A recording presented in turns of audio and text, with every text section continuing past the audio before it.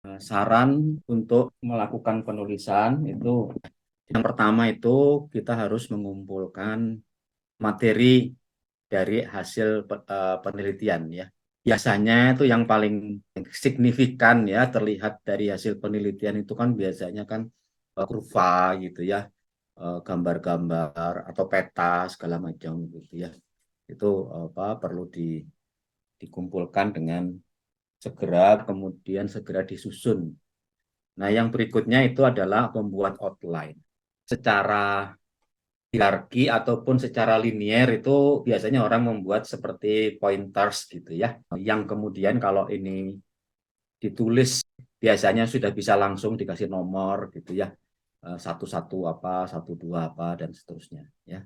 Tapi isinya tidak harus lengkap ya, paling tidak namanya juga pointers, namanya juga outline, itu cukup biasanya sih judul bab, judul subbab dan seterusnya gitu ya.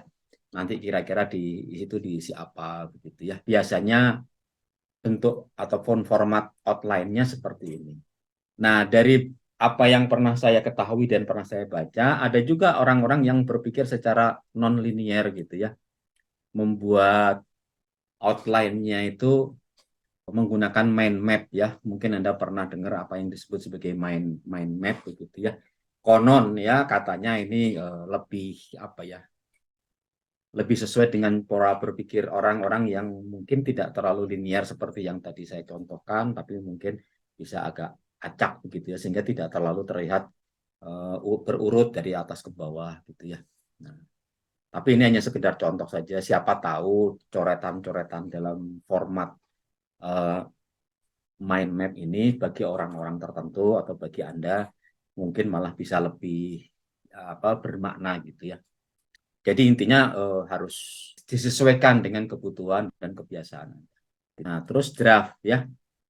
Draft ini juga harus segera dimulai ya. Kalau enggak nanti tertunda-tunda terus. Kadang-kadang kan kita merasa bahwa belum punya ide dan lain sebagainya gitu ya. Tapi ya itu tadi paling tidak berangkat dari outline yang sudah jadi harus segera dimulai, mulai dari outline tadi, terus kemudian diisi mana yang bisa disampaikan, yang bisa ditulis, terus kemudian bagi yang bagian yang belum bisa dituliskan, tetap saja biarkan judul atau diberi catatan bahwa nanti di sini akan ada begini begini. Terus tadi karena saya sampaikan di depan bahwa materi hasil penelitian itu umumnya dalam bentuk kurva, grafik, begitu ya, peta, gitu ya, dan sebagainya. Nah, itu bisa langsung di insert di draft awal ini meskipun mungkin teksnya belum lengkap. Yang paling mudah yaitu sekedar menceritakan apa yang sudah dilakukan. Untuk menghasilkan gambar ini, untuk menghasilkan peta ini yang dilakukan adalah bla bla bla bla. Yang draft awal ini tentu saja biasanya jadi agak kacau gitu ya, tetapi jangan terlalu khawatir dulu. Ya, yang penting tadi keinginan untuk menulis yang baik dan benar sebagaimana sudah pernah saya bahas di kuliah sebelumnya itu tetap ada pada diri Anda. Jadi bukan berarti oh mentang-mentang di sini disampaikan saran bahwa ini draft awal itu jelek nggak apa-apa terus kemudian dibiarkan, tidak begitu. Tetap harus ada keinginan untuk menulis dengan baik dan benar karena tujuan kita adalah memberikan informasi ke pembaca, minimal ke pembimbing supaya pembimbing tahu bahwa Anda sudah mengerjakan apa yang ditugaskan oleh pembimbing, apa yang diminta oleh pembimbing, tentu saja nanti harus disempurnakan. Caranya bagaimana? Ya caranya harus ada editing ya, minimal dari segi kesalahan tipografi sedikit demi sedikit harus diperbaiki ya, diedit terus kemudian dibaca kembali kemudian direvisi terus menerus gitu ya.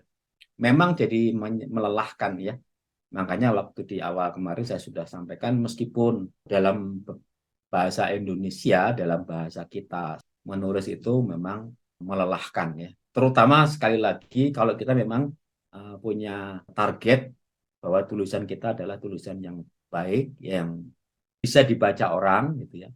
bisa memberikan informasi yang berharga, bukan hanya sekedar asal selesai. Jadi sekali lagi editing itu perlu. Nah, review ini tentu saja bagian dari editing tadi kita baca lagi. Mungkin sudah berkali-kali kita baca sehingga kita mungkin terlewat apa kalaupun tuh ada yang salah karena sudah puluhan kali kita baca. Nah, ada baiknya kita juga minta tolong teman untuk membaca. Ya, teman satu lab, teman satu kelompok, satu grup, atau teman yang dibimbing oleh orang yang sama aja, teman satu bimbingan gitu ya.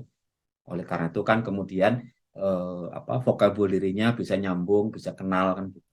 Ya, jadi ini orang jadi tahu gitu ya. Nah, ada yang mengatakan bahwa ya yang penting itu risetnya bagus, itu yang penting. Jadi kalau risetnya jelek, bahasa Inggrisnya bagus sekalipun, orang akan tetap tahu ya bahwa itu risetnya jelek, ya risetnya tidak memadai. Ya.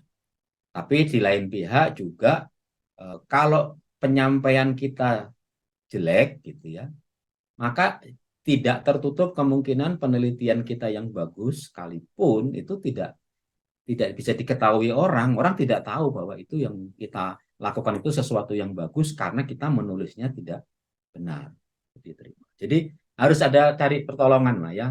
Mungkin di antara teman yang Anda kenal gitu ada yang jagoan bahasa Inggrisnya, tolonglah ini mungkin tidak substansinya ya.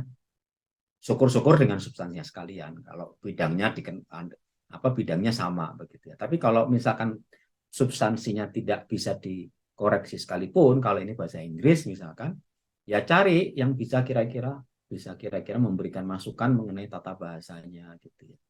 Mungkin nanti tinggal tata bahasanya bagus, mungkin tinggal pilihan katanya yang sesuai dengan bidang gitu. Itu belum belum tentu seorang yang pintar bahasa mengerti juga pilihan kata yang berkaitan dengan disiplin ilmu.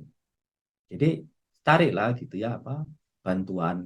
Nah, syukur-syukur kalau ada yang sifatnya profesional gitu ya. Memang jadi mahal, jadi harus berbayar. Tapi sebenarnya ada fasilitas untuk itu.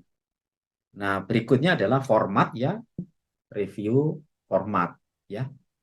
Nah, ini seringkali ya orang itu karena mengabaikan guidance ya, petunjuk kan biasanya kalau kita submit ke event seminar tertentu kan di situ disampaikan template makalahnya harus seperti ini ya. Atau kalau jurnal juga begitu, jurnal tertentu ada juga yang mensyaratkan submissionnya sudah terformat dengan baik. Jadi itu yang harus kita penuhi terlebih dahulu gitu ya. Anda juga sekarang akan mensubmit proposal tesis atau nantinya tesis. Nah, formatnya ya harus dari sekarang Anda harus ketahui. Pasca sarjana ITB mensyaratkan formatnya seperti apa. Itu bisa dicari. Kadang-kadang orang meremehkan urusan format begitu ya. Sehingga kemudian Anda dijudge oleh orang lain atau kita dijudge oleh orang lain karena kita tidak memenuhi standar format yang benar. Kemudian tulisan kita langsung dijudge bahwa tulisan kita itu jelek. Yang ngikutin format saja nggak bisa kan? Gambar 1A di halaman sekian, 1B-nya di halaman berikutnya. Kan kayak gitu itu kan harusnya tidak seperti itu. Harus di-adjust tulisannya di-adjust sedemikian rupa sehingga gambar A dan B itu satu hal di halaman yang sama. Nah, hal-hal seperti itu sekali lagi ada yang menganggap itu cuma bungkus, tidak substansial. Tapi jangan lupa orang sering judge the book by its cover kan gitu. Meskipun nasihatnya jangan menilai buku dari covernya, tapi orang secara intuitif pertama kali yang dilihat itu covernya. Kalau tuh formatnya nggak karu-karuan ya itu biasanya orang langsung ngejudge gitu. Nah kemudian double check all references ya ini sering kali tertinggal ya. Jadi stylenya harus benar gitu ya. Kalau ada typo harus dicek lagi.